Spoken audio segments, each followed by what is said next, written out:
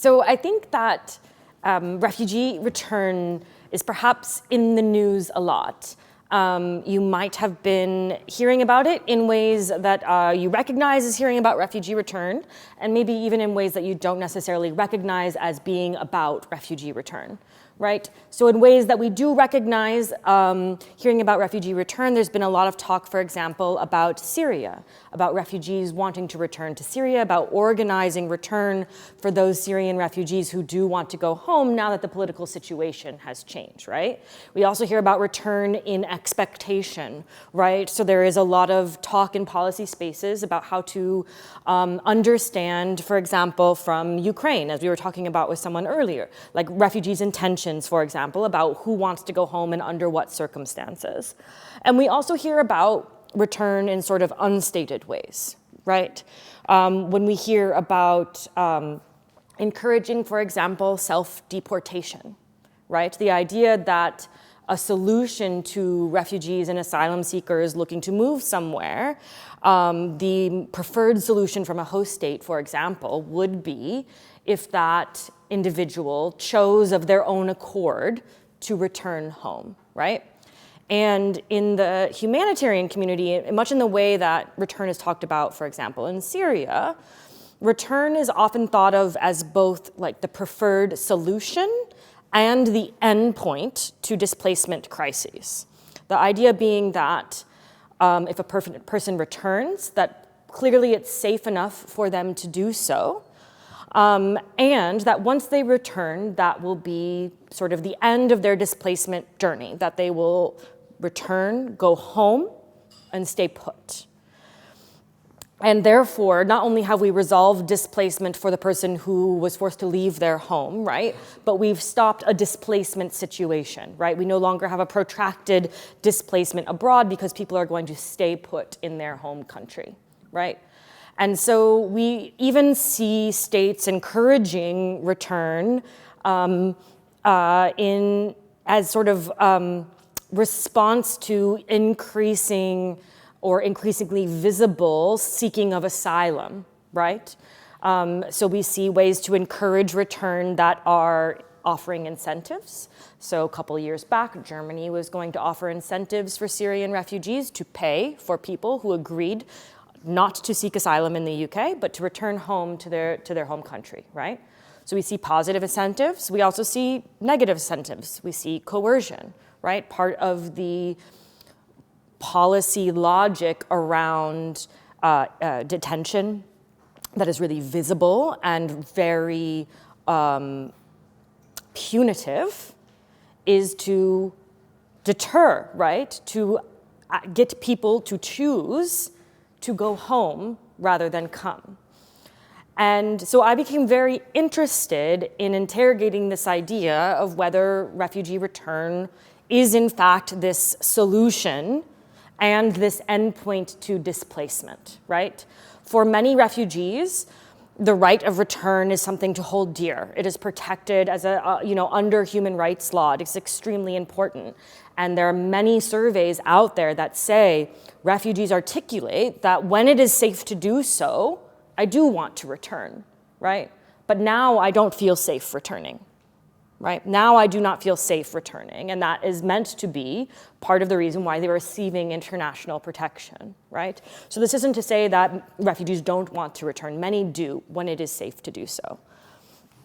Even in those situations, we might then ask, is refugee return both a solution and an endpoint to displacement? And so my research focuses on these questions, sort of globally, and then specifically in sub-Saharan Africa, in East Africa. I became interested in this question first in South Sudan many years ago, around the time of just before independence in 2010. And what was happening was exactly sort of as I'm describing, all of these refugees, people who had been internally displaced in the north in Sudan, people who had been displaced as refugees to East Africa, in Kenya and Uganda, and people who had been refugees in the United States, all of whom were so excited that they were about to have their own country and wanted to come and return to South Sudan and contribute to building their country. And when they were arrived, they were not uniformly welcomed by those who stayed behind, right? There were these narratives of, we stayed, it's a little echoey here, we stayed, we fought for this, where were you? You fled, right? And not only that, because we stayed, we deserve to be in positions of power. We deserve to lead the government. Who are you, right? There was also associations with those refugees who had been displaced in Khartoum for, decades, right? Who had to find ways to live under an oppressive regime that had taken on various cultural modalities in order to survive, right? They adapted religion. They wore dress that was seen as dress that was imposed by the former enemy in the north, in South Sudan, right? They looked Muslim, right? And so now they're called Jalaba. They're called Arabs. They're South Sudanese, but they're accused of being other, right? Then there were the East Africans, right? Were they East African? Well, they were South Sudanese, but they were being accused of being Ugandan or Kenyan, of having a lack of morals that is associated with youth in these areas and bringing crime and criminality to Juba, to the capital of South Sudan. And this not only led to social tension, right? It was the defining lines of gang violence among youth on the streets of Juba at this time. So it had real sort of tangible effects, right? Both in terms of violence and also, dividing families. And so I began to ask, what then are the consequences of return, right? And my book project that will eventually soon be coming soon next year, hopefully, be here for all of you to buy, looks at how the process of refugee return frequently does what it did in South Sudan, which is change the situation on the ground, right? South Sudan is normally defined from outsiders as an ethnic conflict between Dinka and Nuer, right? But the conflict, the violence that I was seeing was not simply about Dinka versus Nuer. It was about returnee and non-migrant, returnee and stayee. And so I examined this in Burundi. Burundi, like Rwanda, has two primary ethnicities, Hutu and Tutsi. And like Rwanda, it has experienced cycles of genocide between Hutu and Tutsi. And following the end of the civil war in Burundi, there was a mass return of primarily Hutu refugees from Tanzania, and outsiders anticipated that mass return of refugees could reignite ethnic conflict between Hutu and Tutsi. But what it did was it transformed the situation. It created new sources of both social anxiety and competition, but also new sources of violence between, not just along the lines of ethnicity, but between Hutu and Hutu, Hutu and Tutsi, Hutu and Twa, that really aligned along whether you stayed in country during the conflict or whether you left and returned. People were called returnees, they were called repatriés, they were called other names that alluded to the fact that they had left and returned, right? And the conflicts became about, things such as access to land. People who, when you leave a place, right, you leave your home behind and might be occupied during the war. When you come back, is it open? Can you retake it? There might be conflict over access to that house. In a place like Burundi, land is life. And that became so important that it led to not just sort of threats, but murder, systematic conflict, violent conflict between returnees and stayees over land. It's not just a place like Burundi where you have land conflicts that might come up. We see it in return in Bosnia, right? Where you might not have the level of violence that we saw in Burundi, but there's also competition for housing. And it's not just housing, we see it in education. There's a narrative that because I fled to Tanzania, where I primarily spoke Swahili or English, I don't have access to education here that is primarily in Kirundi and French.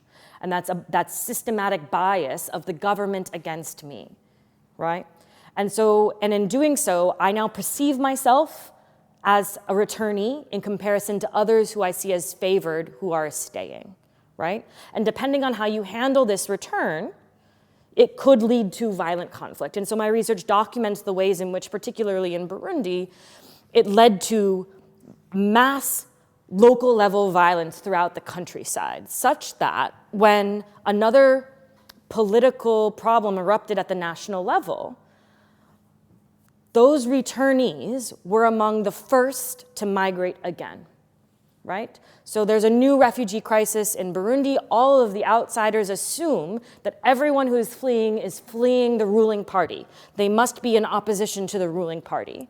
And that is in part true, but also the first people to leave also were returnees who had a land conflict that was unresolved, who were told by their neighbors, when the next conflict comes, you will be the first to be killed because I don't want you to come back and claim this land. And when I spoke to refugees in the refugee camp, they would say, my brother, my uncle, my neighbor, they don't want me to come back and claim the house. And they've told me they're going to send somebody into camp to try and kill me so that I can't come back. What's important here is that their experience of return, the way it was handled, that competition between land, the way that it kind of got out of hand and led to violence, then leads to and shapes redisplacement. So we get back to this question of, is return the solution, right? Because in this case, that assumption that people just go home and they stay put and that's the end of the displacement cycle just fundamentally doesn't hold. Because it is that experience of return that then led people to choose to flee again. And this isn't just Burundi. We see this in Iraq in 2008 and 2009. We're already hearing stories about this in Syria, for example. So I'm a bad political scientist in that I wasn't interested in variation in this case. I was interested in this issue because it is common across displacement contexts that this process of return can be transformative. And in this way, it often goes under the radar of policymakers because policymakers deal in this national level, oh, it's an ethnic conflict there, right? That's what's important. And as such, those policy interventions might fail to address the issues happening because of return, or worse, exacerbate them, make them worse. The other thing is that it does speak then to our underlying assumptions when we sit in the global north and we think about how asylum and refugee policy is happening here, right? When we say, well, we're going to design it to encourage repatriation, we're going to pay people to return, or we're going to make it so hard for people to stay that they choose to leave, right? Because the underlying assumption there is like, once you get off our territory, that's it, right? You'll probably stay away.